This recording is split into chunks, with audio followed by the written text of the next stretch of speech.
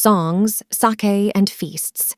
These are all essential elements to the story of One Piece, as it's a pirate's tale. Particularly, Zoro has a fondness for sake, which I think is connected to him being a swordsman and his Shimotsuki family lineage. The likelihood is high that his sword, the Sandai Kitetsu, contains elements of sake. The biggest clue lies within this Japanese term. Has anyone noticed it? I will explain at the end of this video. In addition, I suspect that the same is true for the Poneglyphs, and the sake used for Kitetsu and the Poneglyphs is the well-known BINK'S SAKE, I suppose. BINK'S SAKE is a song said to have been sung by pirates of old, according to Brooke and Robin. It's clear that this song plays a significant role in the story. This is because the lyrics were personally written by Oda Sensei. The composition was handled by Kohei Tanaka, who was commissioned by Oda Sensei to compose the song about 5 years before the anime broadcast. It seems that the lyrics were added after the melody was finished, as he wanted it to have a good melodic line. During the serialization of the Thriller Bark arc, he also mentioned that this song would continue to be an important one in the story. Indeed, it was not only sung during the Thriller Bark arc, but also during Odin's flashback as the Roger Pirates sang it on their way to Laugh-Tale. Therefore, not only is the song significant, but the title itself surely contains an important meaning. A long-debated theme has been, what exactly is BINK'S SAKE? Sometimes you may see it written as this in English, but the accurate transcription is this. The no in Japanese denotes possession, and the part that is BINK'S could refer to either a person's name or a place. It's not clear. The correct notation is either BINK'S SAKE or the sake of BINK'S. When written like this, it becomes Binku no sake in Japanese. You may already be familiar with the word sake. It brings to mind Japanese alcohol. However, sake in Japanese is not just rice wine. It refers to all kinds of alcoholic drinks. In Japan, vodka, wine, champagne, all are collectively called sake. The owner of this channel is a native Japanese speaker and works in translation and marketing for the Japanese-speaking market. Recently, there have been an increasing number of inquiries regarding translations for websites and manga, so if you are interested, please get in touch as soon as possible. An important clue in BINK'S SAKE is that the lyrics end with a laugh tale. This is undoubtedly related to the final island, Laugh-Tale. From this, I believe the history of this song goes back 800 years, and I think the person who spread this song was the same one who delivered the Poneglyphs around the world. Just as the song ends with a laugh tale, the final destination of the Poneglyphs is also Laugh-Tale.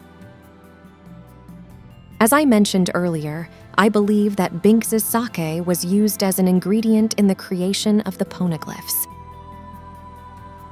And probably, BINK'S SAKE existed in 2 types of colors. Red and white, similar to wine, which is why I think there were 2 colors of Poneglyphs. The people of the Great Kingdom that produced these stones likely used the color of the sake for specific purposes. The red stones lead to Laugh-Tale, while the bluish-white stones indicate the locations of ancient weapons and hold the true history, known as the Rio Poneglyphs. According to Baron Tamago, out of the 30 Poneglyphs, 9 contain information. When these are brought together on the final island of Laugh-Tale, they begin to tell the true history of the One Piece world. Incidentally, in our world, besides red and white wines, there is also rosé, which is pink. I think that this final pink stone is on Laugh-Tale, and reading it in conjunction with the other 9 Rio Poneglyphs will decipher the true history. In fact, In the anime version of One Piece, when Roger reached Laugh Tale, it was mysteriously covered in pink fog. This pink shadow behind the treasure might also be part of the final poneglyph. So, going to deliver BINK'S SAKE could imply the last action taken by individuals connected to the Great Kingdoms, like Lily and Joy Boy, who went around the world delivering poneglyphs created with BINK'S no Sake. So why can indestructible poneglyphs be made using BINK'S sake? To put it succinctly, my theory is that BINK'S sake contains Pyrobloin. You might be sighing, Pyrobloin again. But given that this seemingly insignificant substance was mentioned again through Lilith in the Egghead arc, nearly 20 years after the Skypiea arc, it's bound to become a significant element in the story going forward. I've theorized in this video that Pyrobloin, as inferred from Robin's remarks, has the property of accelerating the growth rate of flora and fauna, and that it resides within the genetic information of the giants. The giantification of Nika follows the same principle. For more details, please watch this video. However, Pyrobloin is also contained in sea stone. Fukurao has mentioned this characteristic of sea stone, saying, "Sea stone is as hard as diamond, so handcuffs made of it cannot be removed forever." This means that Pyrobloin not only accelerates the growth of living organisms to an abnormal rate, but also has the effect of hardening substances to the toughness of diamonds. So, what causes these different properties? It's likely the differences in processing methods. The method of creating Skypiea's sea clouds and island clouds using Pyrobloin has already been explained by Conus's father. We call the component contained in sea stone Pyrobloin. It's a kind of particulate matter that, when carried into the sky by volcanic eruptions and absorbs moisture, forms sea clouds and island clouds due to the difference in density. This was utilized to replicate Sky Island in the lab phase of Egghead. Yes, you may have realized by now, I earlier theorized that BINK'S sake contains Pyrobloin, and I think this is the biggest hint.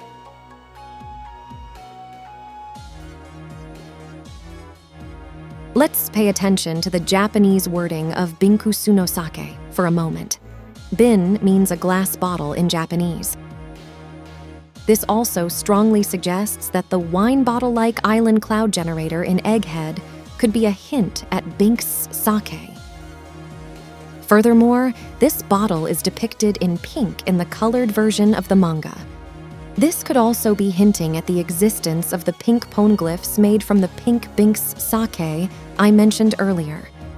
The fact that the place where Roger and Whitebeard shared their last drink was an island lush with pink cherry blossoms, and that Dr. Hiluluk's incurable disease was cured by the sight of pink cherry blossoms, may also be related somehow.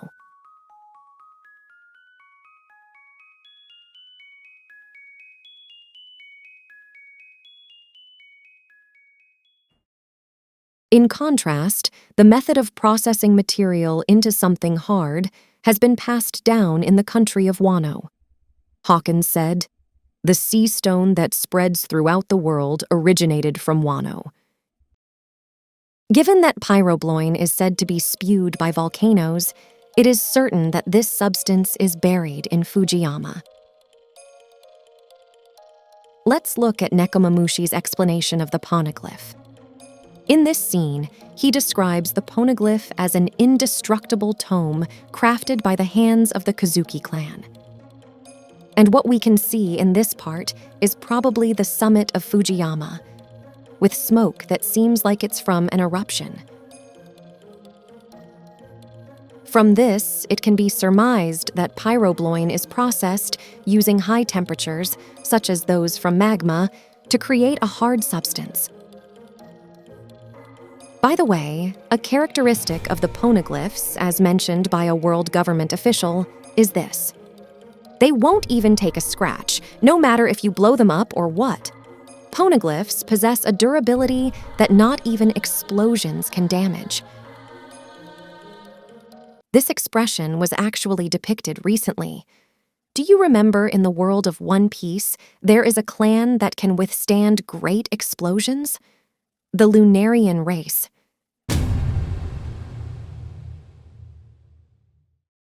When Arbel was stabbed by Zoro, he caused a massive explosion. However, Arbel was completely unharmed. Why? Because flames were lit on his back. Incidentally, Zoro referred to Arbel's flames as like magma, indicating that his flames are sufficiently hot. Therefore, just as poneglyphs gain their explosive-resistant durability from the high temperatures obtained from volcanoes and the processing of Pyrobloin, it's possible that the Lunarians also contain Pyrobloin in their bodies, and the high heat from their backs significantly increases their body's durability. This serves as the greatest piece of evidence for the theory I've been sharing with you all for some time. Yes, it's the theory that the Buccaneer and Lunarian races share a common ancestor, which is believed to be the Nika race. Ivankov revealed that the Buccaneer race has inherited the blood of the giants. Both races are said to carry Pyrobloin in their bodies. As explained in this video, it is possible to consider that the giant race is vulnerable to the cold. In addition, Elbaf is probably reminiscent of a Nordic country in its townscape. Just as Russians have historically used vodka to withstand the harsh cold, the giants may have been drinking BINK'S SAKE to survive the cold. As a result, Pyrobloin may have accumulated in their bodies, leading to the birth of the giant race. There's another story I'd like you to remember. Does anyone recall the story of Dory and Broggy from Little Garden? Broggy sent his comrade Dory some liquor. However, due to Mr. Three's scheming, the liquor was laced with explosives. Despite the significant damage he sustained from this, Dory still headed to duel Broggy. Incidentally, the signal for their duel was the eruption of a volcano. Before the duel, Broggy asked Dory how the liquor tasted, and Dory responded, "Ah, it tasted divine." That's seriously cool. You can understand why Usopp was so moved by their pride. This divine probably refers to the sun god that is worshipped in Elbaf. Even Kuma, who has inherited the blood of giants, was a priest in a church that worships the sun god, Nika. Giants, liquor, volcanoes, gods. Perhaps all these key themes were encapsulated in the Little Garden arc.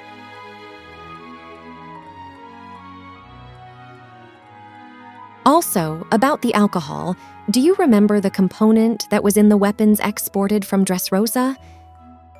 In the translated version, it was referred to as liquor. But it's different in the original version.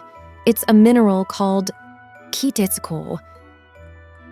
Let's check the kanji. The first character is sake. The middle character reads tetsu, which means iron. The last character is ko, meaning mineral. The fact that this ore uses the character for sake suggests it might contain similar ingredients to BINK'S SAKE. It seems that this ore, like the poneglyphs, was used in weapons to increase their strength due to its composition. Speaking of One Piece, who comes to mind when you think of characters that love sake? Probably Zoro-senpai. And the name of the sword Zoro has been carrying since Logtown is Sandai Kitetsu. The name of this mineral is Kitetsu-ko. That's too much of a coincidence to ignore. Do you remember who made the Kitetsu? It was Hitetsu. As you all know, his real identity was Kozuki Sukiyaki. He mentioned that when Luffy took out the Nidai Kitetsu, it was a world-famous sword made by his ancestor Kotetsu. This means Kitetsu was also one of the Kozuki family ancestors. The sword Nasujuro carries may also have been made by an ancestor of the Kozuki family. Those of you who are sharp might have just had an aha moment. Yes, my theory has come full circle once again here. The Kozuki family were the ones who created the Poneglyphs. It's highly likely that both the Poneglyphs and the Kitetsu swords have BINK'S SAKE as part of their composition. I want to delve a bit deeper into the connection between Wano country and BINK'S SAKE in another video. The nuances of the song's lyrics in Japanese might even give us hints about the opening of Wano country. Now, let's take another look at the cover of Volume 1006. You'll notice that the cheeks of the Straw Hat crew members are suddenly tinged pink.